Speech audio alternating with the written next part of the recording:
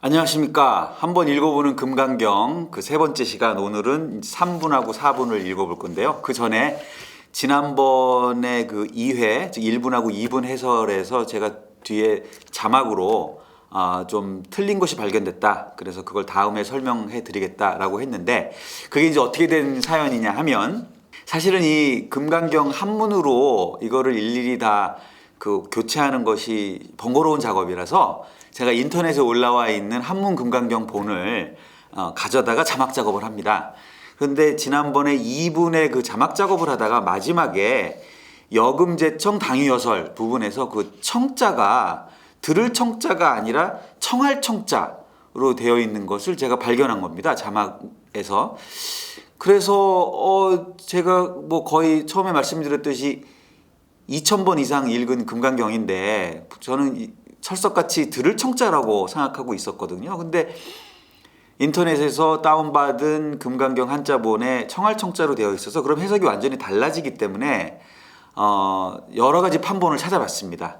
그랬더니 제 해설이 틀린 것이 아니라 자막이 틀린 것으로, 일단은 그 중요한 판본들에는 다 들을 청자로 되어 있고, 특히 한자 사전에 그 채청이라고 하는 단어는 있습니다. 잘 살펴 듣는다.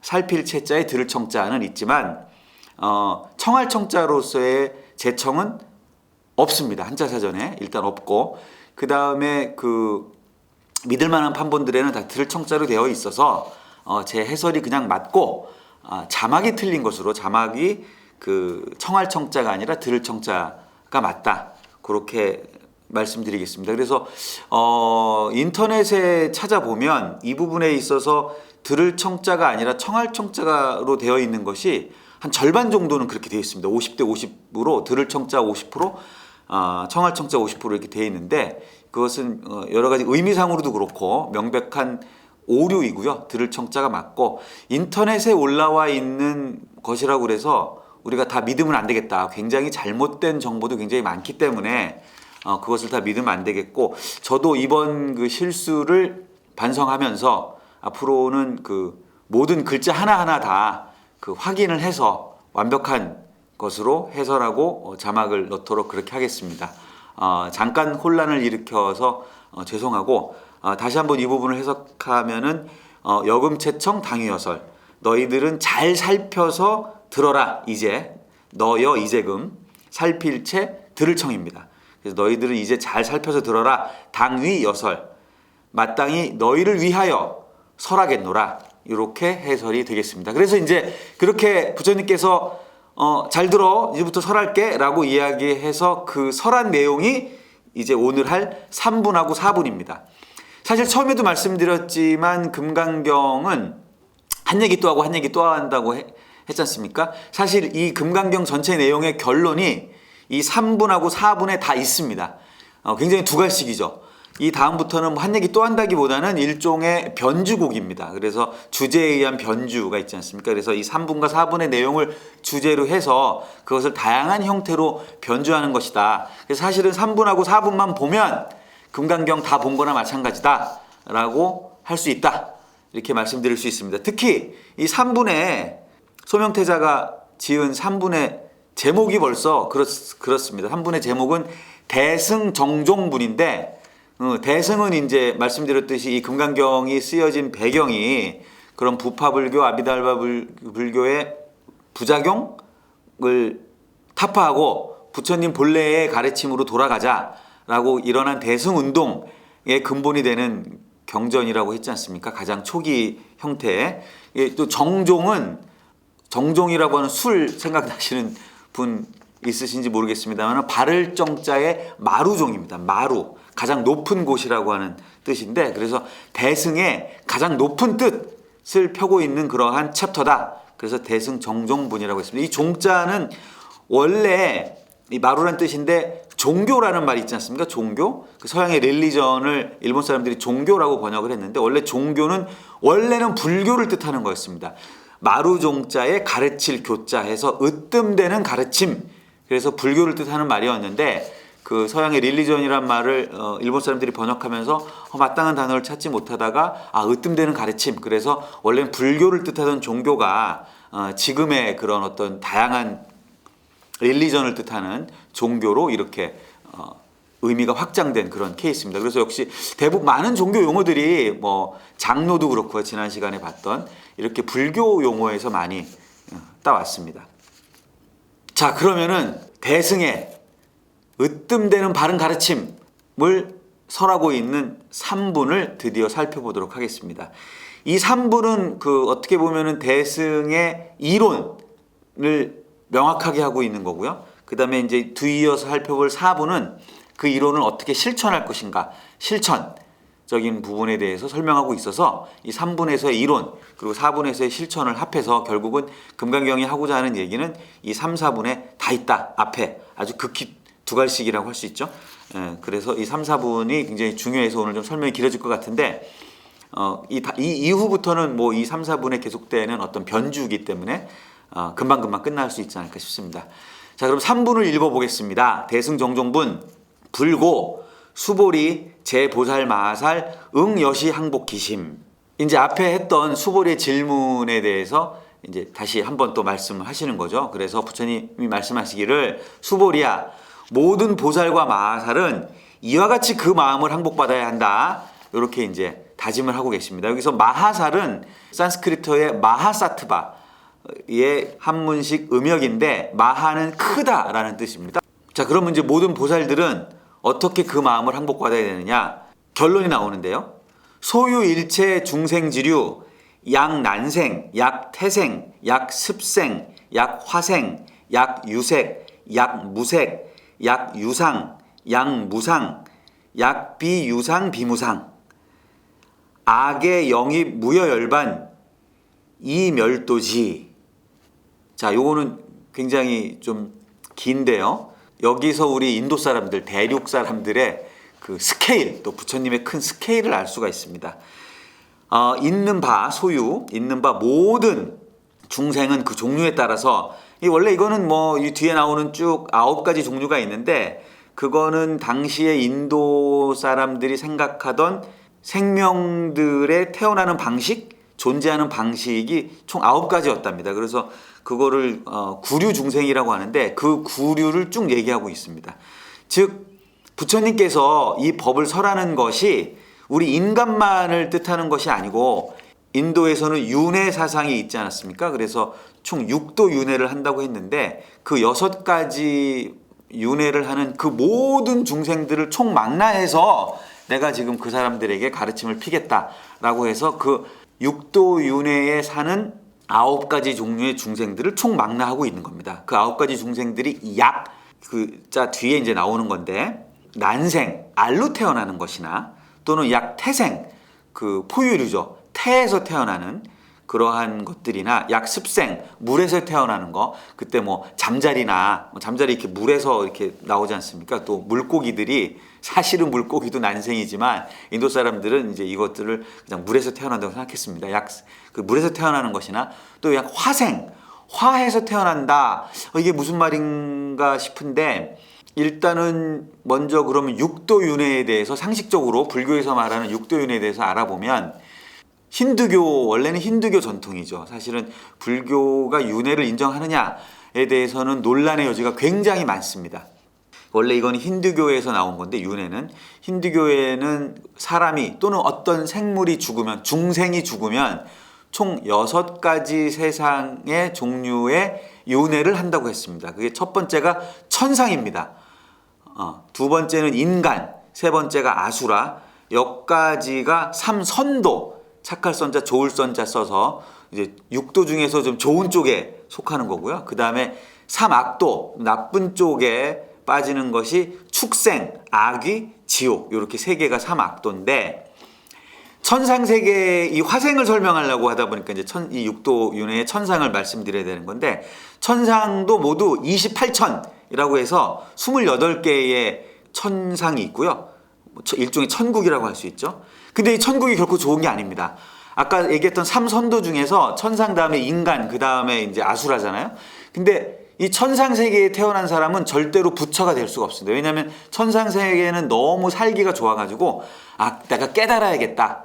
그래서 발심, 발안욕 따라 삼맥 삼보리 심을 할 수가 없는 겁니다. 너무 좋으니까 그냥 거기서 계속 살고 싶은 거죠. 그래서 천상에 태어나는 것이 결코 아주 좋은 것은 아닙니다. 인간 세계에 태어나야, 그래서 인간 세계의 그 고해를 겪어야, 생로병사의 고해를 겪어야 궁극적인 깨달음, 안욕 따라 삼맥 삼보리를 하겠다고 하는 발심을 할 수 있다는, 꼭 그렇게 생각을 합니다. 그래서 어쨌든 이 천상 세계에는 28가지 28천이 있는데, 그 중에 어떤 세계에는 남녀가 없답니다. 그러니까 섹스를 하지 않는 거죠. 그러니까 그 세계에서 태어날 방법이 없는 겁니다. 그래서 그 세계에는 아침마다 이렇게 그 큰 연못에 연꽃들이 있는데, 연꽃이 피어날 때 그 우리 영혼이 거기서 화해서 사람으로 천상 세계의 존재로 이렇게 연꽃에서 화해서 태어난다. 그래서 그거를 화생이라고 하는 겁니다.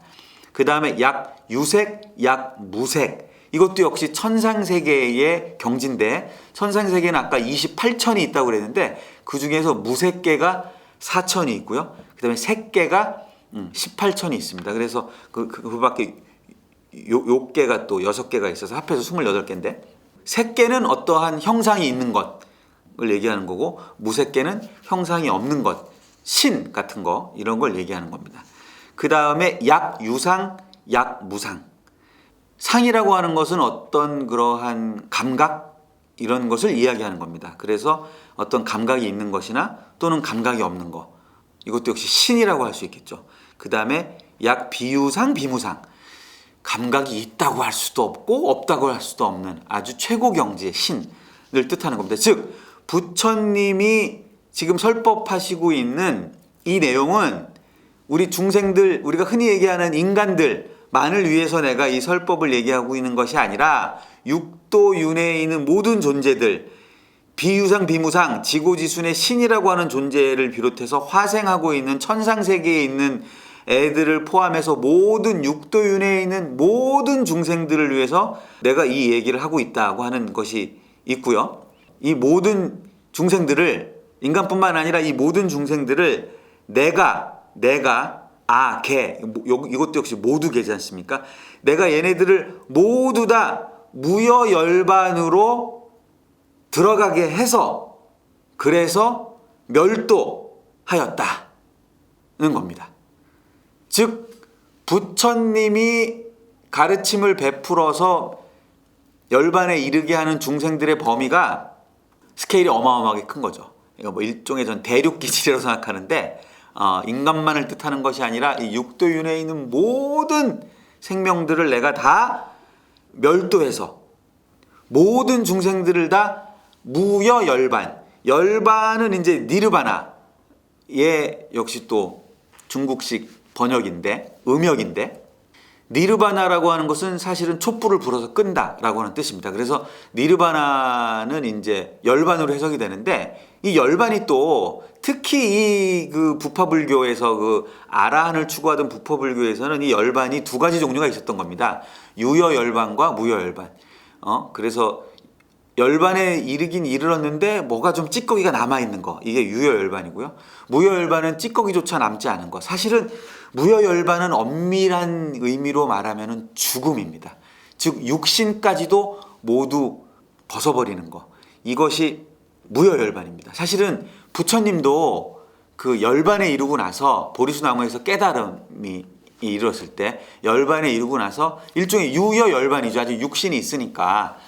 니까야 불경에 보면은 그런 전설 같은 이야기가 있습니다. 부처님께서 보리수나무에서 깨달으신 다음에, 내가 이 깨달은 거를 사람들한테 가르쳐 줘봐야 어차피 못 알아들을 것 같은데 나 그냥 여기서 깔끔하게 무여열반 해야 되겠다, 이렇게 이제 결심을 하셨다는 겁니다. 그랬더니 이제 하늘에서 제석천하고 뭐 이렇게 신들이 보고, 그러시면 안 되죠. 그래서 내려와서 부처님을 설득했답니다. 부처님 그러시지 마시고, 그러니까 저희가 열심히 공부할 테니까 그냥 여기서 무여열반에 드시지 마시고 가르침을 주십시오. 그래서 그럴까? 그래서 마음을 고쳐잡고 80이 되실 때까지 45년간 설을 하셨다는데, 그러니까 무여열반은 엄격하게 얘기하면 사실은 죽음에 이르게 한다, 뭐 그런 의미입니다. 그래서 이 부분에 대해서는 사실은 저도 불교를 종교로 믿고 또 불교를 연구하시는 스님들이나 불교학자들은 어떻게 이걸 해석을 해낼 것인지에 대해서 굉장히 궁금한데, 사실은 속 시원하게 해석을 해놓은 것들은 보지 못했고요. 뭐 오히려 여기에 대해서 문제 제기하는 그러한 자료들은 가령 김영욱 교수님이라든지 이런 분들은 이거를 좀 문제가 있는 구절이다 이렇게 말씀을 하시는데, 어쨌든 제가 보기에는 아라한들이 얘기했던 유여열반에 대한 반대 개념으로 완벽한 열반이라는 무여열반 쪽이다, 꼭 죽음까지 꼭 연계시키는 거는 아니다. 왜냐하면 이 대승불교라고 하는 것이 결국은 부파불교, 아라한을 추구하는 부파불교들의 소승불교라고 이렇게 폄하하면서 나온 운동이기 때문에 니네들이 얘기하는 열반 중에서 최고의 열반을 의미하기 위해서 그냥 무여열반이라는 말을 쓰지 않았나 싶고요. 그래서 모든 이 아까 얘기했던 그 구류중생들을, 육도윤회의 이 모든 세계에 사는 구류중생들을 몽땅 다 무여열반에 들게 해서 그래서 멸도한다는 겁니다. 멸하는 거는 이제 결국 열반이죠. 이것도 역시 끄는 거죠. 불을 끄고, 도는 건널 도자입니다. 그래서 우리 뭐 흔히 피안의 세계로 건너간다, 고해의 바다를 건너서 피안의 세계로 간다 이렇게 얘기하는 그런 개념이 있습니다. 불교에서는. 그래서 이 모든 중생들을 내가 열반에 들게 하고 저 피안의 세계로 인도를 한다. 네, 그래서 이제 그 다음을 보도록 하겠습니다. 여시멸도 무량무수 무변중생 실무중생 득멸도자. 이제 여기에서 부처님께서 아주 충격적인 선언을 하고 계시고, 이것이 바로 이제 이 다음 문장과 함께 이제 문장이 이 대승의 정종, 대승의 핵심 사상을 설명하는 이 3분, 챕터 3에 이제 문장이 한 문장밖에 안 남았습니다. 지금 방금 읽은 이 문장과 이 다음 문장을 합해서 충격적인 선언을 하시면서 이 금강경의 핵심 사상을 말씀하고 계신 겁니다. 자, 지금 방금 읽은 문장은 이런 뜻입니다. 이와 같이, 시는 뭐 이것이라고 번역하면 딱 좋습니다. 디스, 여는 그럴 여니까 이와 같이 내가 멸도했어요. 불을 끄고 열반에 이르게 하고 피안의 세계로 건너도록 했어요. 누구를? 셀 수도 없고 그 양도 뭐 무량하고 수도 뭐 어마어마하고 그 변은 이제 가장자리도 없는, 그러니까 뭐 어마어마한 모든 중생이죠. 구류중생, 앞에 얘기했던 뭐 약 난생부터 시작해서 약 비유상 비무상까지의 이 9가지 종류의 모든 중생들을 내가 이와 같이 멸도하였는데 사실은 아무 중생도 멸도한 사람이 없다 라고 하는 충격적인 선언을 하시는 겁니다. 내가 모든 중생들을, 구류중생들을 다 이르게 했는데 내가 이르게 한 것이 하나도 없다. 자, 이게 도대체 무슨 얘기인가? 사실 그 힌두교에서, 즉 불교는 힌두교를 반대해서 나온 종교라고 저는 생각합니다. 기독교가 유대교를 뭐 반대했다기보다 유대교의 발전된 모습이 기독교고, 또 기독교에 반대해서 나온 게 이슬람교입니다. 코란을 읽어보면은 코란에 마리아도 나오고 예수도 나오고 다 나옵니다. 그리고 예수도 그 선지자로 인정을 하고 있고요. 이렇게 모든 종교들은 다른 종교들의 영향을 받지 않을 수가 없습니다. 종교도 하나의 문화이기 때문에 어떤 전통이고. 근데 이 힌두교의 가장 큰 숙제는 사실은 이 윤회였습니다. 육도 윤회를 돌면서 계속 꾸준히 고난을 겪는 것. 그래서 이 윤회의 주체는 이제 힌두교에서는 까르마, 업이라고 했죠. 업. 사람이 아니라, 왜냐하면 사람이 아니라 또 짐승으로 태어날 수도 있는 거고, 뭐 지옥으로 갈 수도 있는 거고, 뭐 악귀나 뭐 이렇게 태어날 수도 있는 거고, 뭐 천국으로 갈 수도 있는 거고 하기 때문에 사람이 아니라 결국 이 까르마가 윤회를 하는 건데, 이 까르마가 윤회를 쌈사라라고 하는데, 이 까르마가 윤회하는 것에서부터 이 쌈사라에서부터 벗어나오는 거, 이거를 해탈이라고 해서 목샤라고 합니다. 목샤를 하는 것이 힌두교도 역시 그것이 최종적인 목표였습니다. 그래서 우리가 흔히 불교의 삼법인이라고 해서 뭐 일체 계고, 모든 것은 다 고통이다. 그 다음에 재행무상, 모든 행은 다 고정불변한 것질 없다. 항상 변한다. 그 다음에 열반적정. 열반에 들으면은 적막하고 아주 평온한 그런 상태가 열반의 상태다라고 얘기하는데, 부처님이 말씀하시는 것은 사실은 핵심은 딱 하나입니다. 제법무아입니다. 내가 모든 중생들을 다 멸도를 했지만 결국은 멸도를 얻은 자가 하나도 없다고 하는 것은 멸도에 들지 못하게 했다는 것이 아니라 제법이 다 무아라는 겁니다.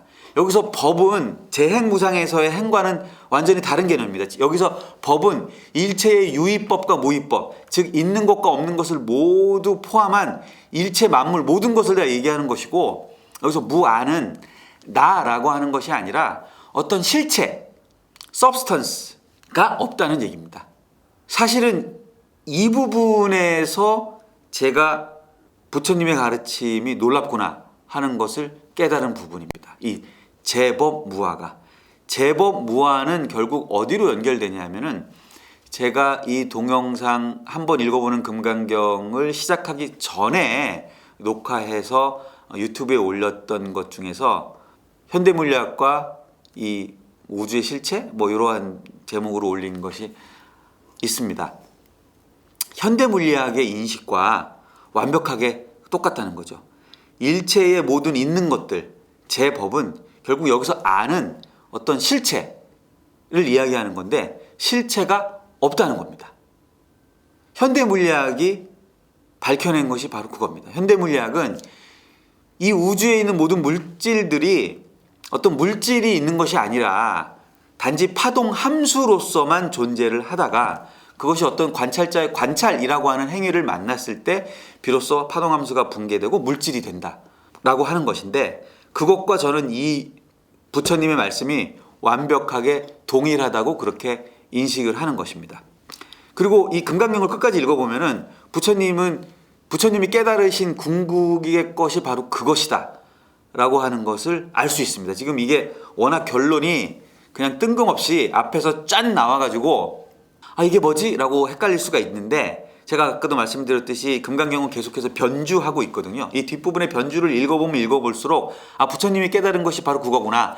이 우주에는 어떤 실체라고 하는 것이 존재하지 않고 다만 우리의 관찰이 이러한 실체를 만들어내는 거구나. 어떻게 보면 이 실체는 우리의 관찰이 없다면 존재하지 않는 헛개비일 수 있구나라고 하는 것을 현대물리학자들은 실험실에서 실험을 통해서 깨달으신 것이고, 부처님께서는 보리수나무 아래서 깊은 명상을 통해서 깨달으셨다는 것만 다르지 결국은 같은 내용이다 하는 겁니다. 자, 그 뒤에 그러면 도대체 내가 이 모든 중생들을 다 멸도했는데 알고 봤더니 아무 중생도 멸도하지 않았다는 것이 그게 왜 그런지에 대한 설명이 바로 나옵니다. 하이고 어찌하여서 그러한가? 수보리 약 보살 유 아상 인상 중생상 수자상 즉비보살. 만약 보살에게 아상과 인상과 중생상과 수자상, 이걸 사상이라고 이제 흔히 얘기하는데, 아상, 인상, 중생상, 수자상, 이 사상이 있다면 그것은 더 이상 보살이 아니다 라고 분명하게 선언을 하고 있는 겁니다. 여기서 뭐 아상, 인상, 중생상, 수자상 우리가 뭐 입에 딱 많은 불교 공부하시는 분들, 불교 아시는 분들은 입에 배어 있는 건데, 아상, 인상, 중생, 수자상, 이것이 그 산스크리트 본에는 요 순서가 아니고, 아상은 이제 아트만이고요, 중생상은 뭐 중생 그 보디사트바, 뭐 마하사트바 할 때 나왔던 바로 그 사트바입니다. 사트바고, 수자상은 지바인데 순서가 아상, 중생상, 수자상, 인상 요렇게 되어 있다고 합니다. 산스크리트 본에는. 그래서 뭐 많은 사람들이 이제 이걸 해석하기에는 결국은 사실은 이 네 개가 뭐 각각의 별개의 것은 아니고, 그 별개의 것은 아니고 결국은 어떤 윤회하는 어떤 실체, 윤회하는 실체가 있다라고 하는 생각을 가지면은 이 대승정신이 어긋난 것이다. 즉 보살이 아닌 것이다 라고 예석합니다. 즉 아트만, 아상은 그 힌두교에서 얘기하는 윤회의 주체입니다. 아트만. 그 다음에 이제 그 산스크리트 본의 두 번째에 있는 중생상, 사트바, 또 역시 윤회하는 주체. 불교에서 윤회하는 주체라고 얘기하는 중생이고요. 그 다음에 수자상, 지바는 자이나교에서 생각하는 어떤 우리 마음의 어떤 영혼의 정수? 뭐 이런 겁니다. 이것들이 정수가 이 윤회를 하면서 삶을 살아나가면서 거기 때가 껴서 그 때를 닦아내야 된다. 뭐 이러한 이제 교리를 가지고 있다고 하는데 그거를 지금 부정하는 거죠. 그 다음에 이제 인상은 사람 인자 쓰는 인상은 뿌르갈라라고 그래서 어떤 부파불교의 한 그 부파에서 주장하는 어떤 영혼의 엑기스 뭐 이런 것들. 그래서 결국은 그 산스크리트어 본을 그냥 해석을 하면은 이 네 개가 별개가 아니라 다양한 주장들에서 이야기하고 있는 윤회의 주체가 되는 어떤 실체, 그것이 있다라고 하는 생각을 해서는 안 된다라고 이렇게 해석을 할 수가 있고요. 이거는 사실은 굉장히 좀 무미건조한 해석이 될 수가 있죠. 뭐 아상인상 중생 수자상이라고 하는 것이 뭐 특별히 뭐 어떤 뭐 그런 것은 아니고 각 다양한 수행 전통 또는 종교에서 이야기하는 어떤 윤회의 그 주체가 된다고 하는 어떤 존재라고 하는 것은 없다라고 생각해야 된다. 뭐 이렇게 해석이 되고요. 산스크리트어로는. 그런데 굳이 이것을 구마라지 법사님께서 아상인상 중생상 수자상 산스크리트어의 순서까지 바꿔가면서 이렇게 말씀하신 것은 나름대로 그 중국어에서 이렇게 체계적으로 좀 나가려고 하는 게 아닌가 생각이 드는 게, 왜냐하면 아는 나잖아요. 나라고 하는 생각을 없애야 된다. 이는 사람, 내가 사람이라고 하는 생각을 없애야 된다. 그 다음에 중생이 그 음이 변화돼서 짐승이 됐다고 합니다. 그거는 뭐 그 국어 사전에도 나오는 얘기인데, 그래서 나라고 하는 생각, 나아가서 내가 사람이라고 하는 생각, 또 내가 나아가서 내가 어떤 그 생물 중에서도 짐승이라고 하는 동물이라고 하는 생각, 그 다음에 또 나아가서 내가 생명이 있다고 하는 이 목숨 숫자지 않습니까? 생명이 있다라고 하는 생각, 이러한 생각들, 모든 어떠한 나라고 하는 생각들을 모두 다 없애야 된다. 뭐 이렇게 또 한자적으로 해석하는 것도 더 우리 마음속의 의미는 더 잘 오는 것 같습니다. 이 아상인상 중생상 수장에서는 뭐 여러 가지 또 해석하시는 다양한 학자분들이 많이겠습니다. 그래서 뭐 나라고 하는 생각, 너라고 하는 생각, 그 다음에 중생, 우리는 이 부처 결국 깨닫지 못하고 그냥 중생에서 머무를 거야 라고 하는 생각, 그 다음에 수자, 목숨을 가진, 우리는 목숨을 가져서 태어나서부터 죽을 때까지 그 목숨 범위 내에서 존재하는 거야 라고 하는 생각, 이런 생각들을 다 없애야 된다. 뭐 이렇게 해석하시는 분들도 계신데, 제가 생각하기에는 산스크리트어 해석이 사실은 맞는 것이라고 생각이 듭니다. 즉 어떤 윤회의 주체가 있다는 생각, 어떤 실제가 있다고 하는 생각, 어떤 서브스턴스가 있다고 하는 생각을 가지면 안 된다는 것이 사실은 문자적으로는 가장 옳은 해석이고, 하지만 좀 더 우리가 이해하기 쉬운 생각은 나라는 생각, 사람이라는 생각, 우리가 짐승이라는 생각, 목숨을 가진 어떤 존재라는 생각, 이러한 우리 점점점 범위를 넓혀가면서 그런 생각들을 가지지 않아야 된다. 그 생각을 가지면 보살이 아니다. 즉 비보살이다. 이러한 말씀이십니다. 그래서 사실은 대성의 정종이라는데 너무 좀 허무하고 충격적인 이야기지 않습니까? 결국은 부처님이 깨달으신 것의 핵심은 제법 무하다. 모든 유의법, 일체 유의법, 무의법이 어떤 모든 있는 것 없는 것을 통틀어서 이 우주의 모든 것들은 결국은 어떤 실체가 있는 것이 아니다. 양자물리학에서 이야기하듯이 단지 어떤 가능성 파동으로만, 컴퓨터의 프로그램으로만 존재를 하는 것인데, 그것이 우리의 그 관찰, 이제 뭐 다음 4분에서도 나오지만 우리의 그 육군, 안이비설신이 육근이 그러한 파동함수의 육경, 색성향미촉법의 경을 만났을 때 비로소 어떤 실체로서의 육식, 즉 안식부터 시작해서 의식까지의 육식을 만들어냈을 때 비로소 우리가 그걸 인식하게 되는, 우주가 존재하는 것처럼 보이게 된다라고 하는 것이 이론적인 금강경의 핵심, 이 3분입니다. 자, 그러면은 이러한 인식하에서 우리는 이 세상을 그럼 어떻게 살아야 되냐? 이건 다 헛개비고 아무것도 없는 거니까 그냥 내가 구류 중생들을 애써서 다 열반에 이르게 하고 멸도를 해도 아무 소용이 없으면 그냥 이거 뭐야? 어떻게 살아야 돼? 라고 하는 우리의 어떻게 살아야 되는지에 대한 실행 세칙이라고 할까요? 그것을 말씀하시고 있는 것이 바로 4분입니다. 자, 4분의 제목은 묘행무주분입니다. 즉 아름다운 행동은 머무는 곳이 없어야 된다. 수보리가 그렇게 2분에서 그렇게 물어봤지 않습니까? 응운하주. 우리가 발 안욕따라 삼맥 삼보리심 한 우리 중생들은, 우리 보살들은 어디에 머물러야 됩니까? 응운하주. 했더니 또 부처님께서 말씀하시지 않습니까? 그래, 내가 지금부터 잘 얘기할 테니까 응여시주. 이곳에 머물러야 돼. 이렇게 마땅히 이렇게 머물러야 돼. 이렇게 이제 말씀을 하셨기 때문에 어디에 머물러야 되는지에 대해서 설명을 하는데 여기서 뭐라고 말씀하시냐면은 머물지 말라고 말씀하십니다. 아름다운 삶, 행동은, 아름다운 삶은 머물지 않는 것이다. 자, 그러면 어떻게 머물지 않는 것인지에 대해서 한번 읽어보죠. 4분을 읽어보겠습니다. 부차, 수보리, 보살, 어법, 응무소주, 행어보시. 이렇게 말씀하십니다. 또한, 또할 뿌고 다음 차자지 않습니까? 또한 수보리야, 보살은 그 법에 의하여 마땅히 머무는 바 없이 보시를 행해야 된다. 다음 문장 보면 소위 이른바 무주색 보시, 무주성향 미촉법 보시해야 된다.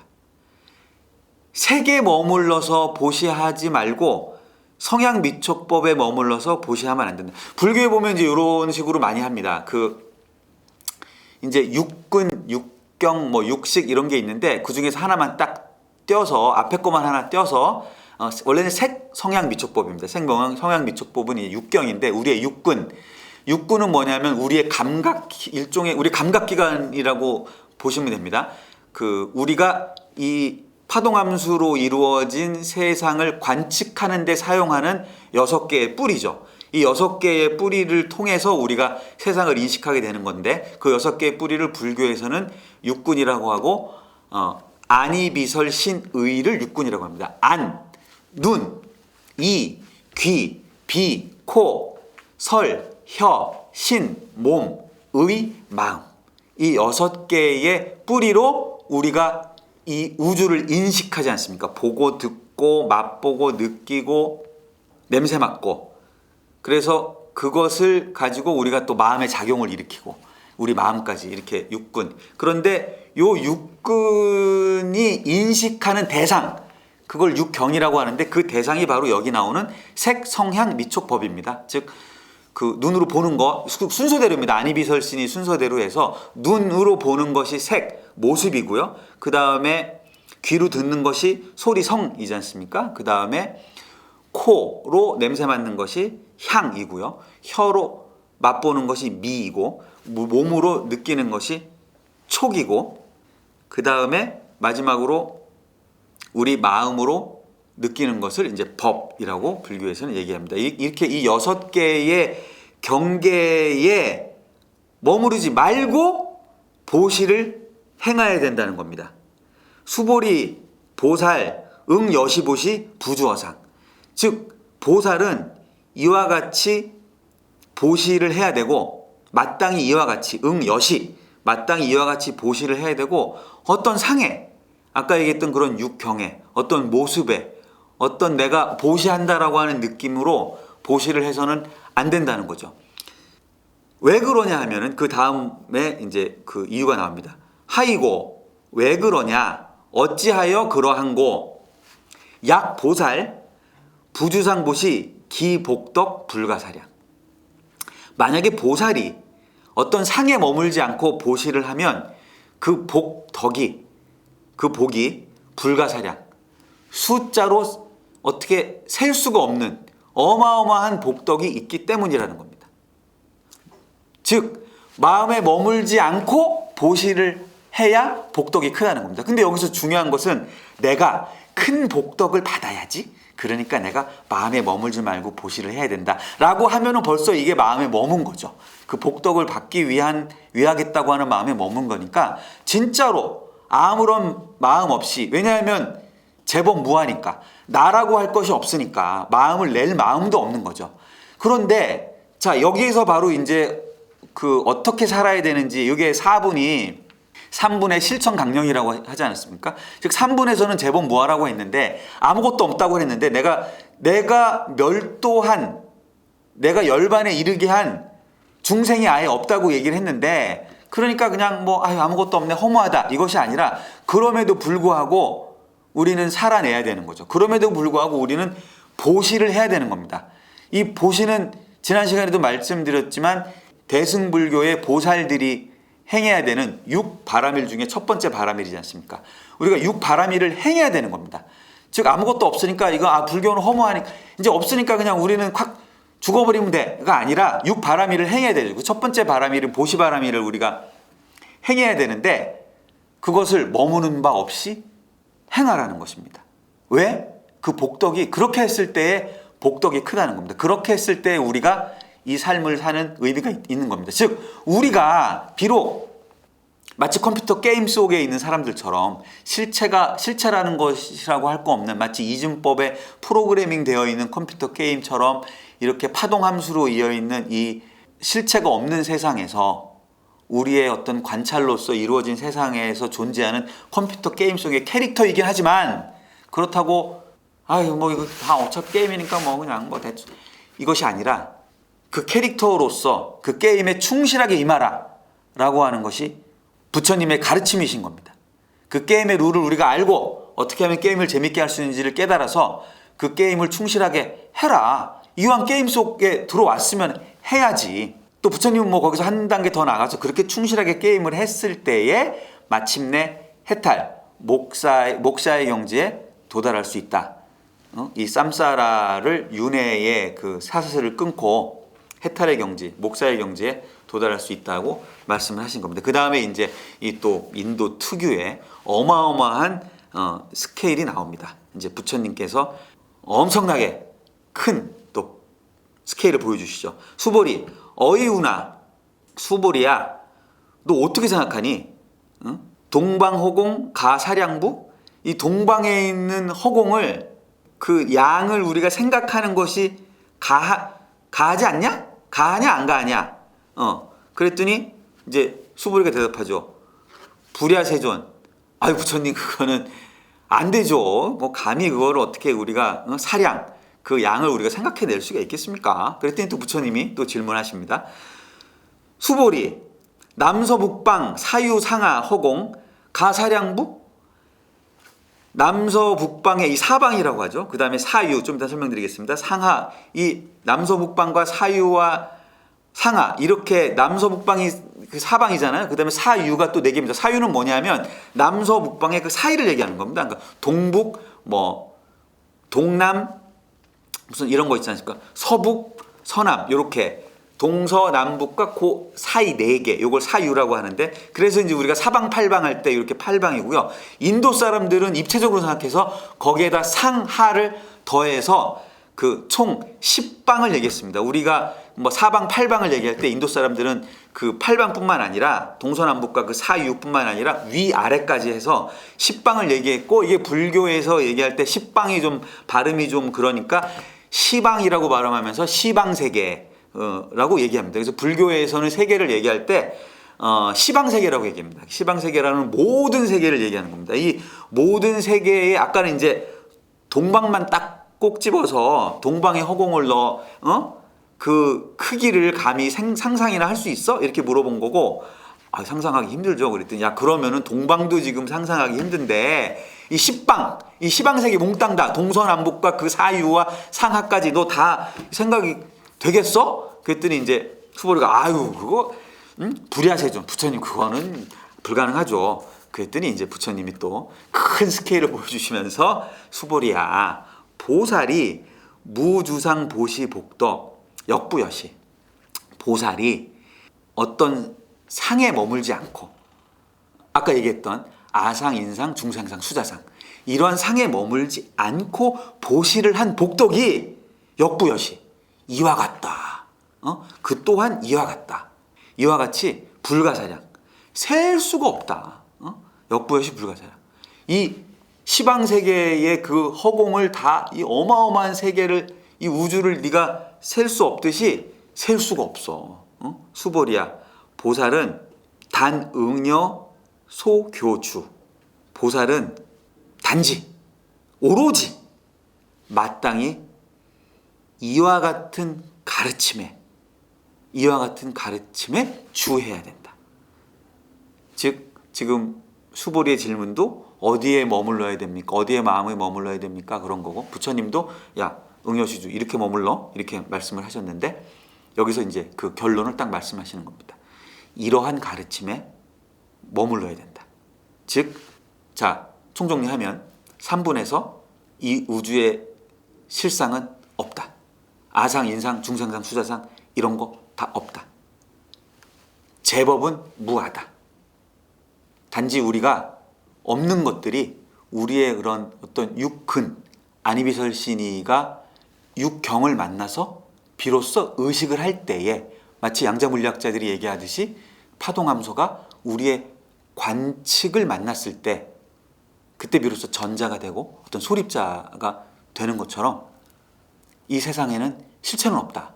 다만 우리의 육근이 만들어낸 식일 뿐이다 라고 3분에서 결론을 딱 내리시고, 그럼에도 불구하고 우리가 이것을 어떻게 살아나야 되느냐 하면은 결국은 어디에 묶임 없이, 내가 보시를 한다는 생각 없이, 내가 저 중생들을 계도한다는 생각 없이 보시를 해야 된다.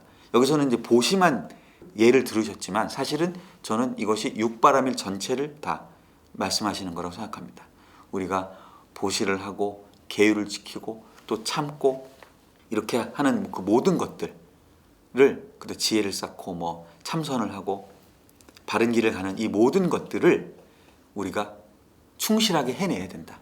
그것이 바로 보살이고, 그렇게 할 때 우리가 마침내 윤회, 쌈사라를 끊고 힌두교식으로 얘기하면은 해탈, 목샤의 경지에 이르게 된다라고 하는 것이 이 금강경의 사실은 결론이고, 부처님이 우리에게 하시려고 하는 말씀의 핵심인 겁니다.